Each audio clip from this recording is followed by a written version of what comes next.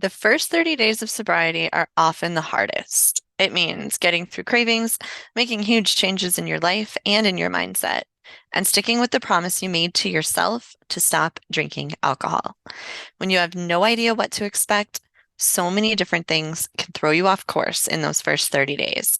So, we've gathered some people to talk about what the first 30 days looked like for them, to give you some insight so you can go into this prepared for the challenges.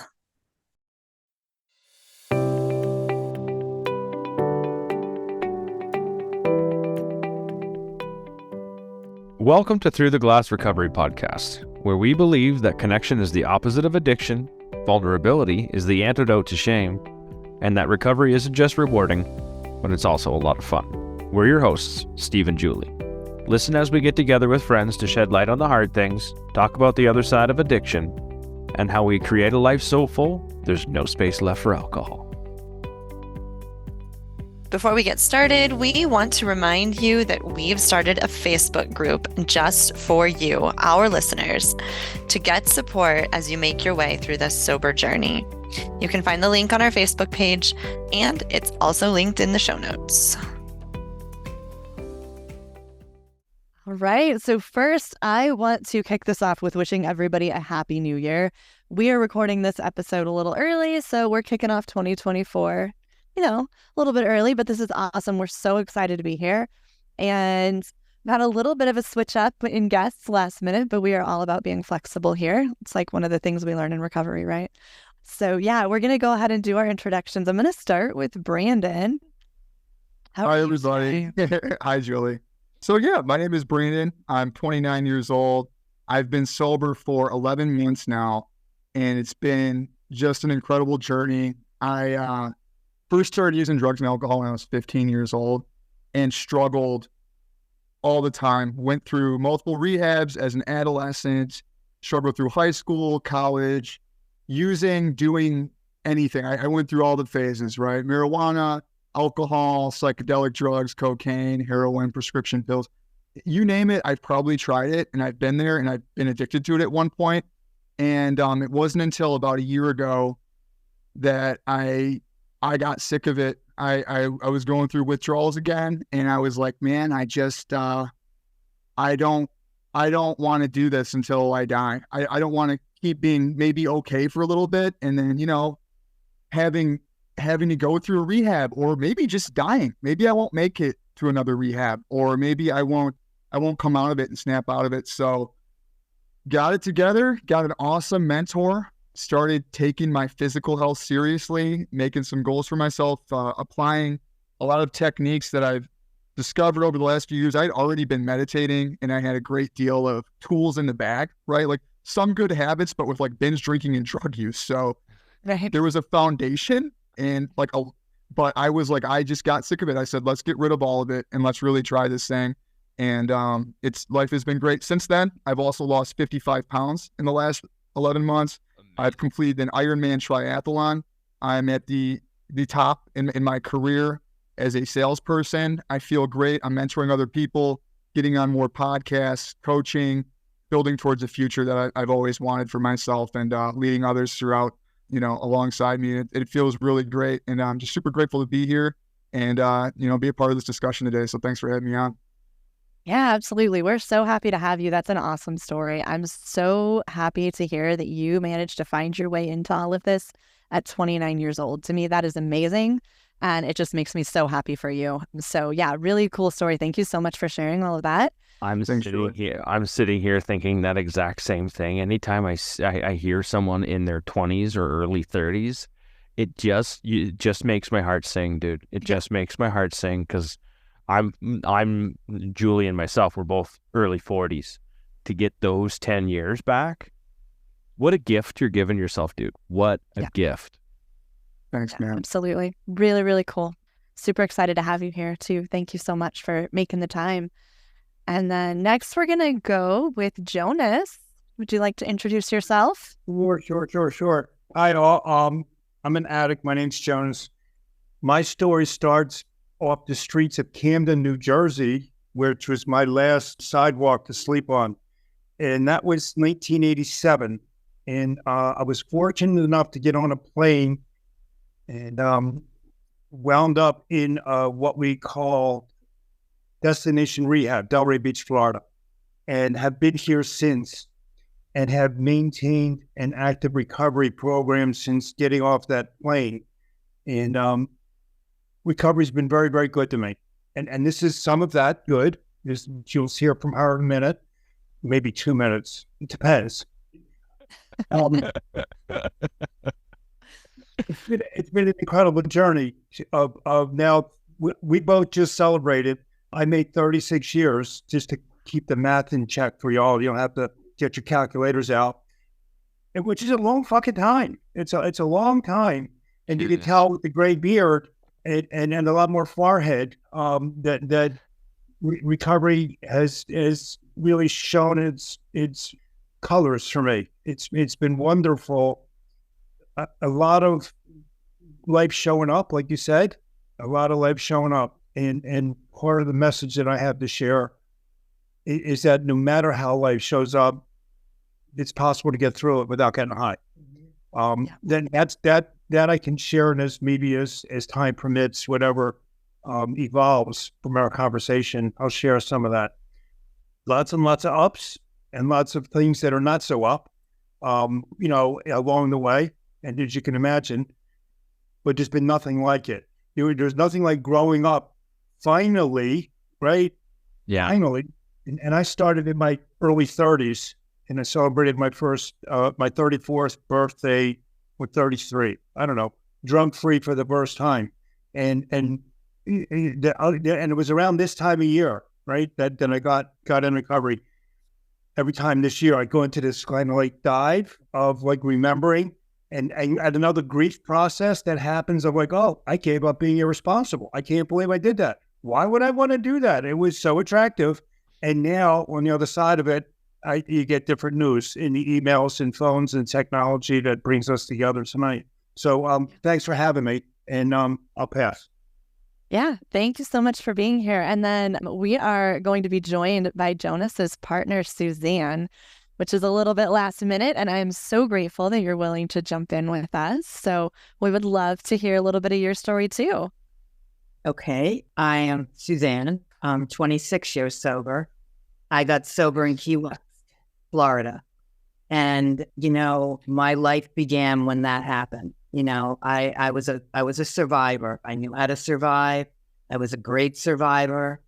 And then I had a baby at 40 and my life changed, and, it wasn't about me anymore. And it was, my daughter was my gift because I went into the rooms because of that. And it's been amazing. It was the first, I'm one of 6 children.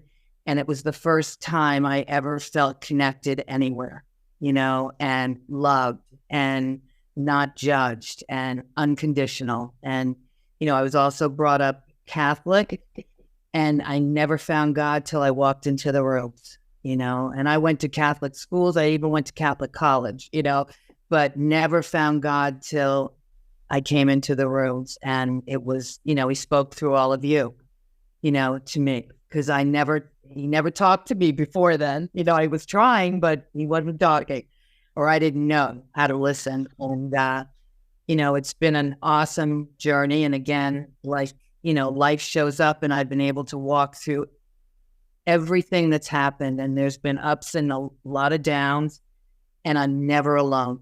Someone's always there with me. And, I waited a long time to have this great relationship. We're in recovery, and it's awesome, and it doesn't take a lot of work. We can be ourselves, and it's beautiful. So thank you. Awesome. It's honest. It's beautiful. Yeah.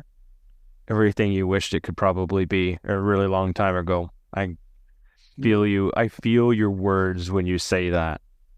Yeah. Yeah, absolutely. Really cool. Well, I am so glad to have all 3 of you here with us today. This episode is coming out on New Year's Day, so we wanted to talk about something pertinent to all of the people who have made quitting alcohol their New Year's resolution. I will tell you now, this is probably going to be our most listened to episode all year. That's how it seems to go. No So, pressure. no pressure. Not at This all. better be good. You guys better make it. No, I'm just kidding. Okay. But on that note, the topic for this episode is surviving the first 30 days of sobriety. What did that look like for you? What challenges did you have to overcome? What did you learn? What can you share with all of our listeners who have decided that this is the day that they are going to stop drinking? Let's try to make it a little bit easier for them and just share some insight as much as we can.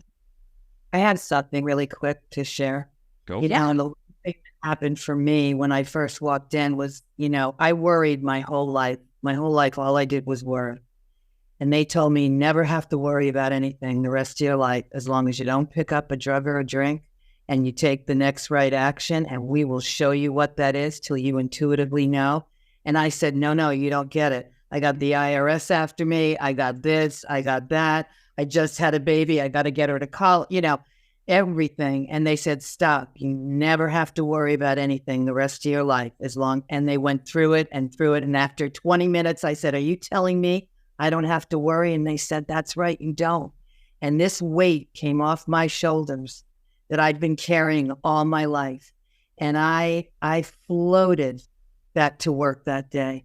And I'll never forget it. It was so beautiful. And I got back to work, you know, the phone's ringing. I opened the door and I pick up the phone and it's the IRS. And I went right back to that worry. And I said, you know what? I'm going to that meeting tomorrow because I want to feel that peace and serenity. And I did that every day for years. And my peace just got larger and larger, and all that stuff we handled, you know, and it was beautiful. So you never give up and just don't, you know, and it really taught me to be in the moment.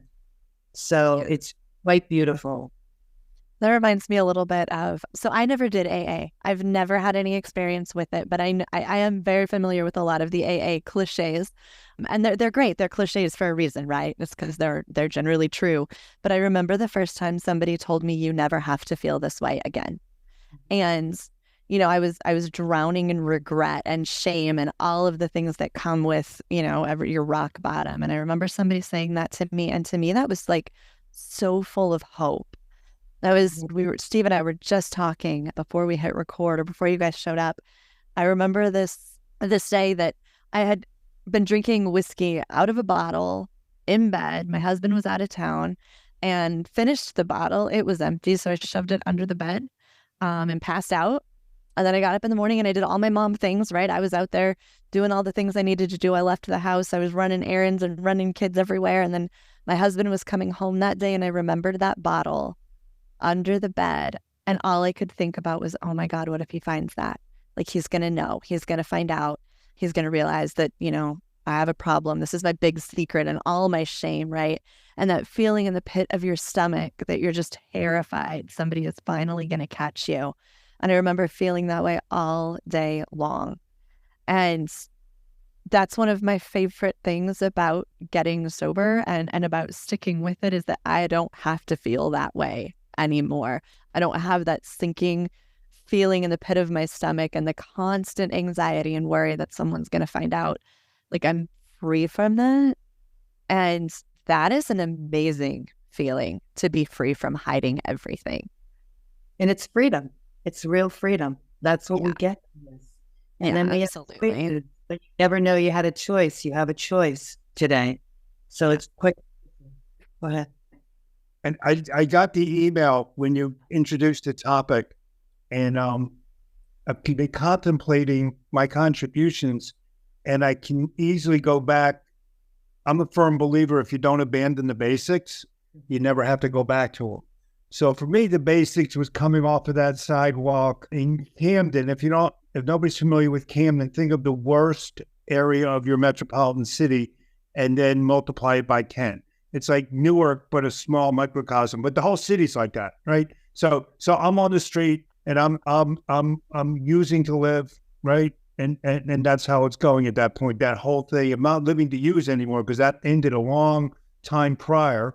Now I'm using just to live because I'm strung out and I had this opportunity, and when recovery started for me, when I got out of the institutions.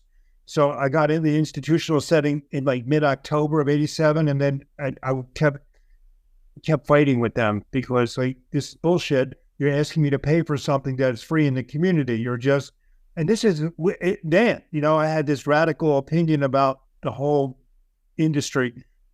Aside from that, it really started when I went to the New Year's Eve dance, and I was like, hot shit, where you can actually start doing stuff because you're not in an institution now, and look at the girls and try to get laid again, and all the things that wake up in early recovery, because that wakes up in early recovery for all of us, and men and women. We have this, some libido just comes like fire, like you're a teenager again, which for me was true because I was been using since I'm 12. So what do I know about anything? I know she's pretty, right? I know that. Doing that, and I never struggled because I had come to a place that I had surrendered. I had completely surrendered by the time I got to that point. So it was unconditional. It was just, there was no holds barred on whether I was going to use or not use, because living and dying was at the crux of it all. It wasn't about, oh, I'm going to be able to relapse and use again. It wasn't really, and this was pre-fentanyl and pre-overdosing. This is pre all that shit. This is back in, like, people would come and go and get white key tags at random. I mean, it was just happening very frequently. So I never wanted to use again because I wanted that freedom that they promised me, right? They said, if you just take the cotton out of your ears and put it in your mouth and just shut the fuck up, which I had a tendency to talk a lot because I was cold turkey off of methadone. So it's like in this manic phase for like months. I was just running around and not sleeping and talking and running around.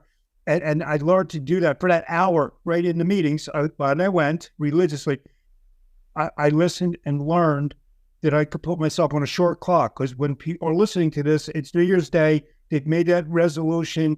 I remember making that same resolution when I was like looking for my set of works in a dumpster that I was never going to use again. Or I was on the side of the highway with a flashlight looking for the same things that I had thrown out and I was never going to use again. And I really meant it.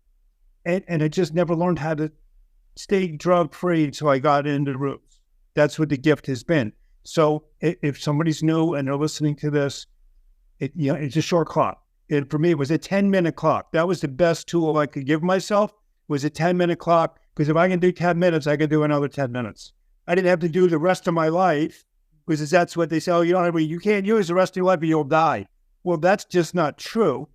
But you can definitely succeed. And I built my self-esteem a little bit at a time. A little microcosmic minutes that seemed hours sometimes, that I can't do this anymore. I don't want to do this anymore. And yet the rewards of not using again were so phenomenal. That freedom that Suzanne experienced, I had that finally. And the shame that you mentioned was overwhelming. I mean, that's why I kept using. I mean, this was like the shame that I compounded on myself was just so, what I thought was horrendous, until I got there and listened to other people and their stories and said, well, if they can do it, I can try my hardest. And that's all I had to do, right? Try my hardest to make 10 minutes. And every 10 minutes, I would say another 10. And that was the best gift I could give myself. So that's my contribution about that right in the beginning, because people are going to hear that and say, oh, yeah, that'll work. We have a friend who her name on the I'm Sober app is 10 seconds at a time. Mm-hmm. And there were times where I had to take it 10 seconds at a time. And those 10 seconds feel like a long time, but it doesn't last forever. It might take 10 minutes. That 10 minutes might feel like a half a dang day, but I can get through that craving or that urge or whatever it is. But Brendan, I'm going to give this floor to you. Oh yeah, no, sure. No, these are some great topics, and I can definitely relate to the shame and guilt aspect. And I believe that the recovery really started for me, like, okay, of course, the decision to be abstinent, right? But when the magic started happening, it was when I was meeting with my mentor, who was also a person in recovery. He's phenomenal. His name is Mohammed, and the guy's great. He's just a guy who does what he says he's going to do, and he's unconventional. He doesn't give a shit. He's the fucking man. And he told me, he's like, you don't fucking respect yourself. And that really hurt my ego. I was at a lull.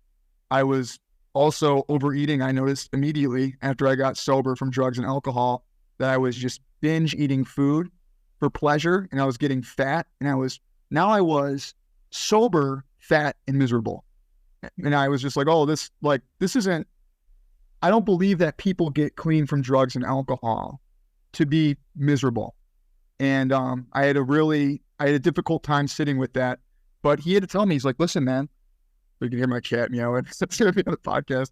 He said, listen, man, you don't fucking respect yourself. And I sat with that, and I agreed.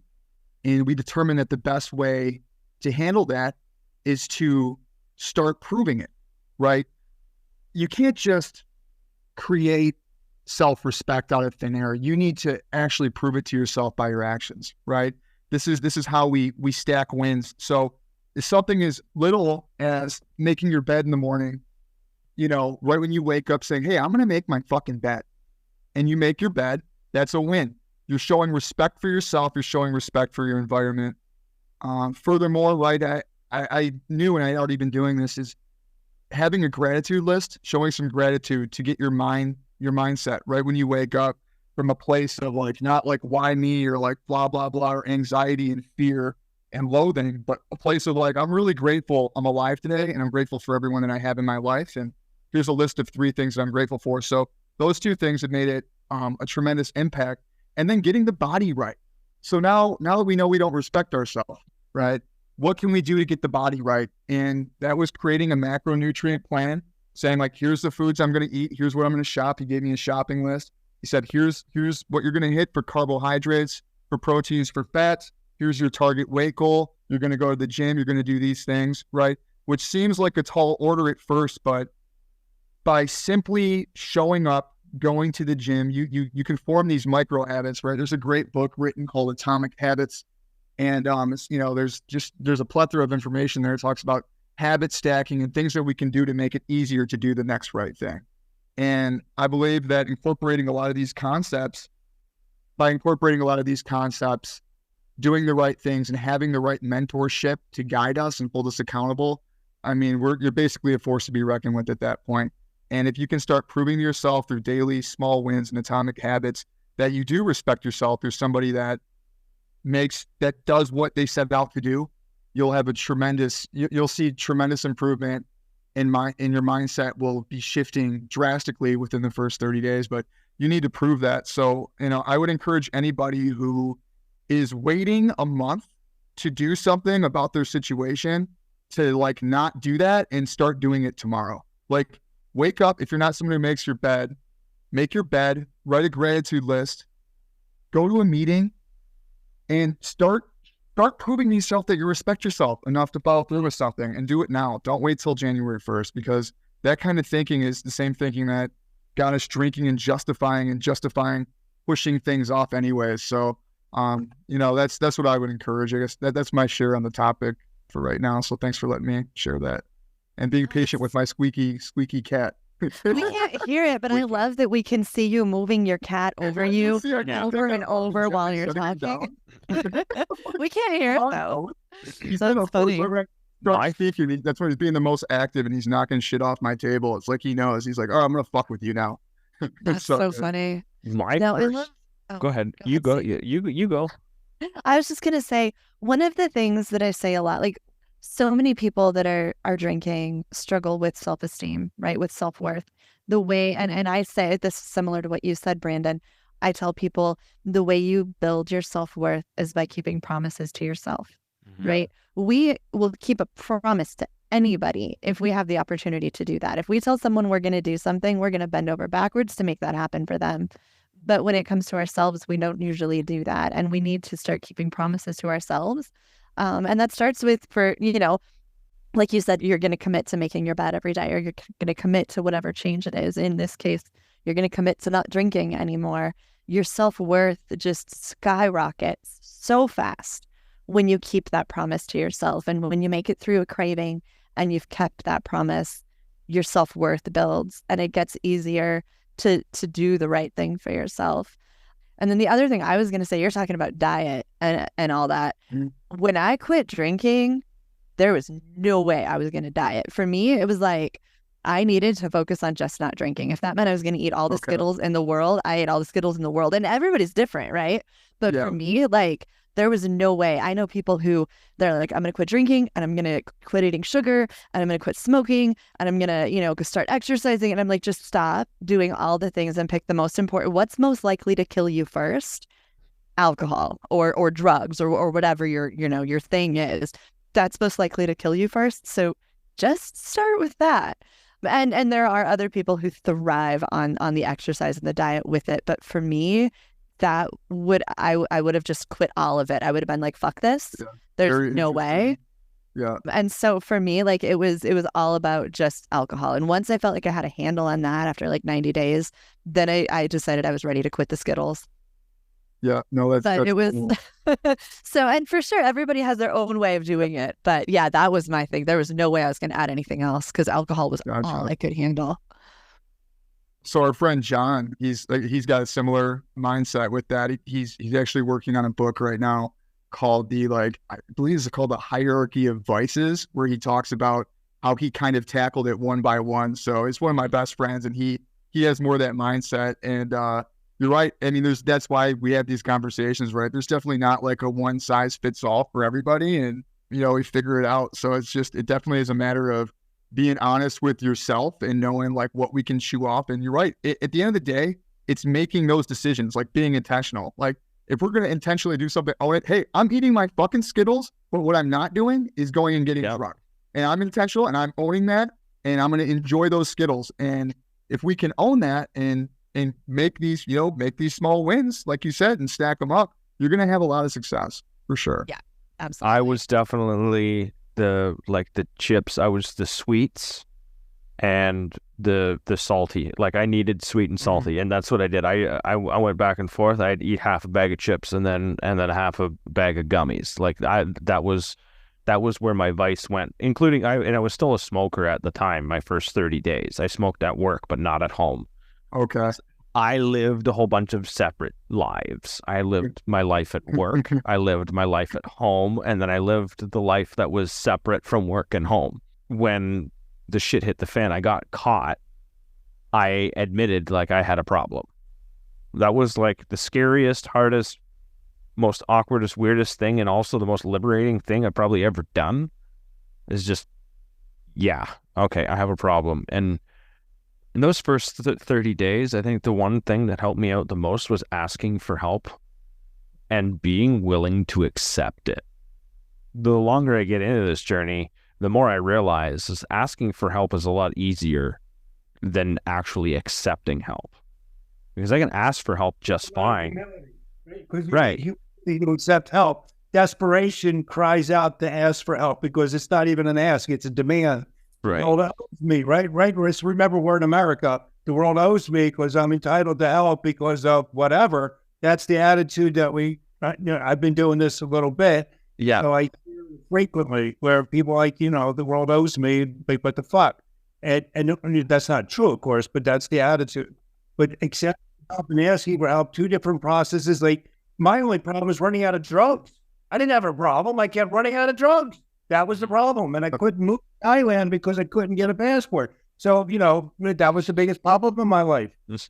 Other than that, the world needed to change. Remember, the world needed to change to fit my schema.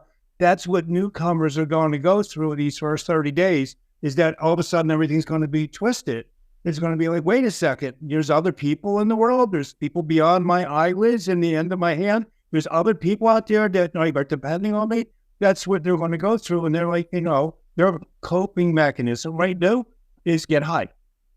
They get high. So that's what they're doing. So we want to, I know I do. That's my whole mission, is to always carry that message that they can get through those 10 minutes, even with the stub toe or when their arms cut off because they're like doing shit on the roof and they fell off and they need to wind up, that's the situation. Yeah. So talk to my family. I let my family know. I was so at the point where I didn't know what to do. I just did. So I let my family know, and I let my wife's family know, and I actually called my work and I let them know. I can look back now and be like, that was probably a mistake, but that's what I did. I didn't lose my job. They were actually really respectful. I'll give them that. I talked to HR, but I came right out and I stood right in front of it because I felt like that was the right thing to do, was just to stand in front of it. And as long as I stood in front of it, I thought I could get through it. I felt like, okay, as long as I'm honest about what is wrong, because I had a really hard time before that telling the truth. The truth meant that I had to admit my shame and guilt and all of the bad that I had thought I had done didn't end up being near as bad as I thought it was. There's a saying that I heard is this: I am nowhere near as important as I think I am. And that one stuck with me because, and it still grows its own new meaning today, right? It's about not taking things personally. And if I don't show up to that party, because I basically stopped doing all of the things. I didn't go to friends' places. I stayed home. I went to work and I came back home after that. I was very limited on anything that I was doing because my concentration was like just not drink. And if I didn't do that, I would give myself the opportunity to, because I had no idea where I was going. I had no idea what recovery looked like other than like not drinking. But as soon as I began talking to people that were trying to overcome the exact same thing that I was trying to overcome, and then sharing those experiences and hearing that I wasn't alone and that there was people who had it way freaking more worse than I did. And there was people that had it way better than I did. And they still decided to quit because it wasn't helping them get to where they wanted to go in their life. Yeah, that's similar. So the one thing that I did wrong that I wish I would have done differently, I didn't tell anybody in my real life that I had a problem, that I was quitting. I kept it all to myself. Like I was so ashamed that I just kept it all inside. What I did right though was I went to a meeting, and it wasn't AA. It was an online Zoom meeting, but I showed up and talked to a bunch of people who also had trouble quitting alcohol and who were, on that journey wherever they were. And like Steve said, didn't feel alone. So I'm really glad that I did that. And we still go to meetings. I wish I would have told my family earlier because they would have been nothing but supportive, especially my husband. I didn't tell him I had a problem with alcohol until I was like 60 days sober. He had no idea what I was going through. And if I had just been honest, like when I finally did tell him, he was great. He just wanted to know how he could support me. But I was so ashamed and humiliated and embarrassed and all of that. I just couldn't say the words. And when I finally did, like a weight lifted, right? And I wish I would have done that earlier because all he did was ask what he could do to make it easier. And obviously he doesn't understand, like he's not addicted to anything, but he had no problem not having alcohol in the house anymore and just trying to make it easy on me. So I wish I would have done that earlier on. Well, so Julie, he had no idea. Did family and friends really had no idea that you had an alcohol problem? Not at all. I Wow. hid it so well. Well, And I mean, well done. right? I know. I deserve an applause for my performance. But No, I mean, we would like, we'd have a glass of wine or two at dinner, and I would have a bottle of whiskey in the closet, and I'd be like, oh, I'm just gonna go put this laundry away, Mhm. And then like 30 minutes later, I'd be like, oh, I'm cold. I'm gonna go grab a sweater. And I mean, it was ridiculous, but he had no idea. Like most nights, I was passed out drunk in bed, and he didn't realize that I was. Wow, That was me. I was good at snoring, so it actually gave me more opportunity to drink that's funny. because we ended up sleeping in separate beds. And because we slept in separate beds, that means when she went to bed, I could still be awake and I could still go and drink. And I had my alcohol out in the truck. There was a good place. That was the place where I had control. So I hid bottles of booze in my truck, and I'd be like, oh man, I forgot this out in the truck, or I got to take out the recycle, or I got to go. I would make up oh man, I think we need some mushrooms for dinner, right? And then so I would go to the grocery store to get mushrooms because, I was going to make something for dinner that I, chose that night so I could go somewhere because there wasn't much left in the bottle for me to get through the rest of the day. So, like, when I admitted it to people at work, nobody had any idea. When my wife did, my wife did, but she would probably, like, she was in the denial phase, right? Like, she knew I had a problem, but there was no way we were going to have that conversation. But my friends, when I told them I quit and that I had a problem, they were like, I knew you were a heavy drinker, but I didn't think you had a problem. Like, nobody knew that I was like a bottle a day or more a drinker at all. And how much energy time and energy and effort and all of that we put into drinking, right? Not just the actual drinking, but then the running to the store because I need to pick up mushrooms or whatever. Like, there's so much time and energy wasted and all of that. And it's so nice to have it back now. One thing that's really for me, because I got sober in the rooms down in Key West, and it's a part of town, great sobriety down there, though, I'll tell you that, is that, at first I was like, oh my God, I own a business here. People are going to see me. It's a small town. But one thing I said to myself was, you know what? I'm a good mother. I'm taking care of what I need to do. I didn't care that anybody saw me. And the shame lifted because I knew I was doing a good thing. And, I really believe in the first 30 days, it's so important to have people around you. Mm-hmm. And I was so fortunate to have the rooms, and it was right around the corner from me, from where I worked and it was beautiful. That's how I started my day. I started my day in a meeting, and, a lot of times I had a hangover, emotional hangovers. I would go into those meetings and I had hope. And I tell you, that's a great way to start your day every day, is to find an early morning meeting, because you know what? Those are the people that are doing it because they have a life and they're going to work or they're going to school or they're doing something. And it's a really great way to start your day. Well, the other thing about that, just to add, is that I traded my drug use for another human being. Because what I'm listening to is the isolation that the drugs that did. So now I had a partner, and there was some mutual accountability. And it wasn't my sponsor, but it was a friend that I had met in detox that would tell, and we would swap stories and entertain each other with this bullshit of like, oh, I can top that. And we would play that game over and over again because we were around the same. Actually, he was older than me.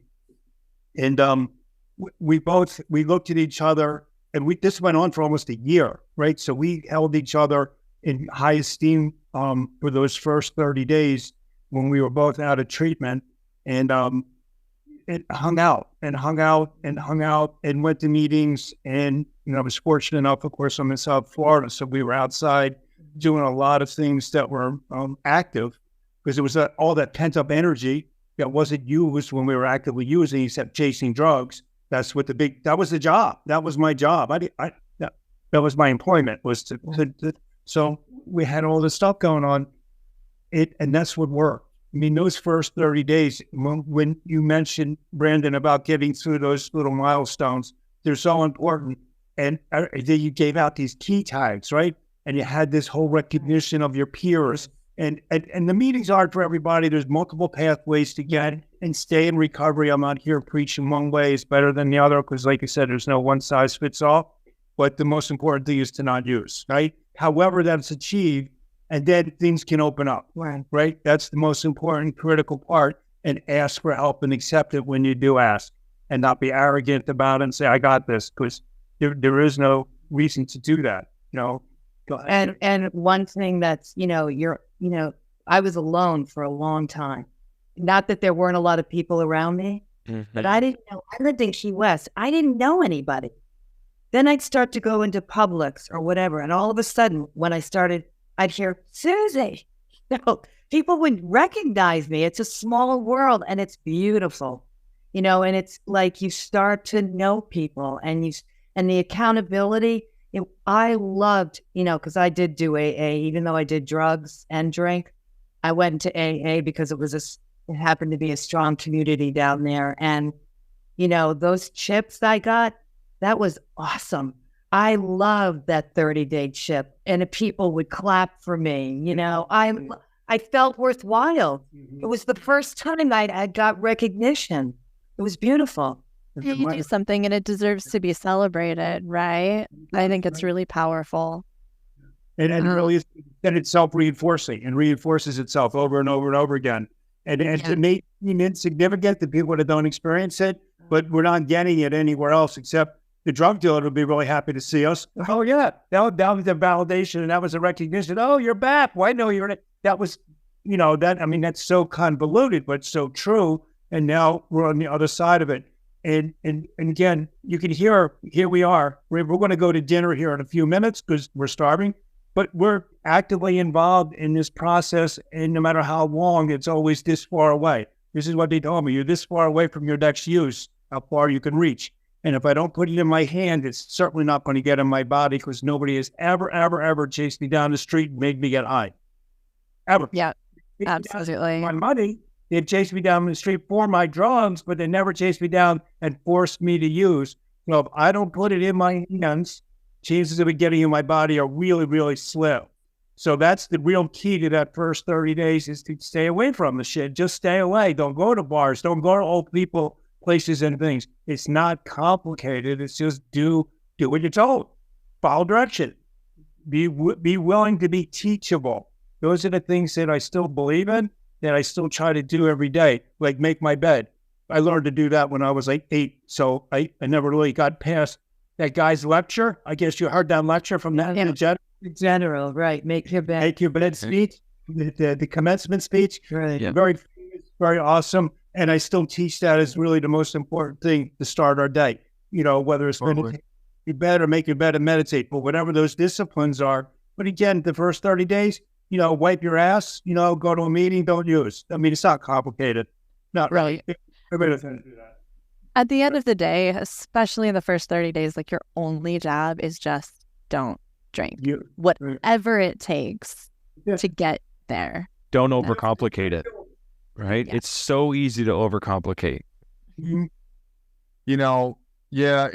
It is simple. We tend to overcomplicate things as addicts and alcoholics, but I would just like to err caution that although we want to avoid certain people, places, things, not go to bars, there was some mention of isolation, and that was something that I had gotten really good at doing, while I was active with drugs and alcohol, and it was something that I was still resorting to even after I got sober. I was like, okay, I'm going to isolate myself because this is safe, and then I can be protected and not do drugs and drink.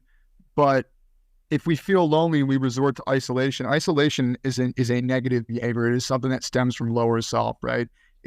We're taking ourselves out of a situation based off of fear, right? Fear and anxiety is crippling us to stay somewhere, confined somewhere.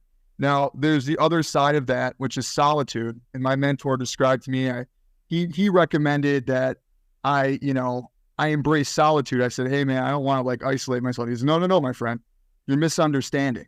I'm not telling you to isolate. He's like, solitude's different. That's when it's about your intent. Yeah. So you have to be intentional with your time. You should preserve your time, your energy, and your space. Enjoy your environment. Sit there, meditate, plan, craft a mission statement, right? These are all great behaviors that you can be intentional with your time on for solitude. Don't react. If you're reacting to something based off of fear and you're hiding in your house, now that's isolation. And you're compromised. And that'll put you in jeopardy in terms of your recovery. So that was just something I figured I'd add there. But no, it's great conversation around this. It's awesome. Yeah. That's something that we talk about too, is the isolation and solitude. That's something that I bring up a lot. Solitude is absolutely it's so important for me. I'm an introvert. I need solitude. I need to recharge. I hike a lot, but it's healthy, right? And I think, like you're saying, there's no reason that you have to just stay inside and do nothing. Staying inside and doing nothing is so sad. Yeah. And it shouldn't be that. You just have to create new things to do, right? So if that's hiking and for me, a lot of that was during the day, right? Because at night, everybody wants to go out and drink. So I found things to do during the day, or meet with a friend and go have coffee. Most normal people don't drink at noon. So you could probably find a friend who would be happy to just go out for coffee. That was news to me at some point. I was like, oh, we can't, oh, it's amazing. But wait, what? People don't drink at noon? Right. Yeah, it's crazy. No, it's really wild. Like, even connecting with people that aren't in recovery, that like aren't addicts or alcoholics, and they're like, yeah, I just don't drink. And I'm like, what the fuck? I'm like, we never would have hung out in college. I was like, you don't drink? I'm like, oh, so you're like a drug addict or something, right? They're like, no, dude, I just, it really wasn't for me, and I'd rather do other things, And I'm like, I know now, but I don't understand why you don't do that if you don't have a problem. But all right, sounds good. But you can have these relationships with people now, and you're like, holy shit, there really are people out here that just like don't like to get fucked up. Like, it's pretty my incredible. husband is one of those people who can buy a 6-pack of beer, and there will still be 4 of them in there at the end of the month. And I'm just like, I just can't. Like, it's just fascinating to me, but it's just not. It just doesn't appeal to him. And yeah, I'm not that way. That would not have ever been me, ever. All right. So I will wrap it up. We had an awesome conversation here, guys. I really appreciate everything you all brought to the table. One of the common themes I got from all of you here was that you can get through it. I can get through it. Of course, it's easier said than done, but how did we do that? We talked about having a willingness to try. We talked about finding support, either at home or locally or friends. And one of the things I do want to mention here too is there is a whole bunch of support online where you can get the support you need. We got the support that we needed through Zoom or online friendships that develop. It's incredible what COVID has done to open those doors to all paths of recovery and all paths of support. And Brandon, you mentioned quitting is something good that you're doing for you. We all echoed that. It's just when we quit whatever substance it is that we're going to try and commit to quit to, it's actually a gift to ourselves. Like that New Year's resolution is like, I'm going to quit alcohol for 30 days. That is a gift to yourself, both physically, mentally, and your relationships and everything else. So if you're listening to this right now and this is your New Year's resolution, congratulations. I really hope you stick with it. And I really hope that it's something that you find valuable, because it's changed all of our lives.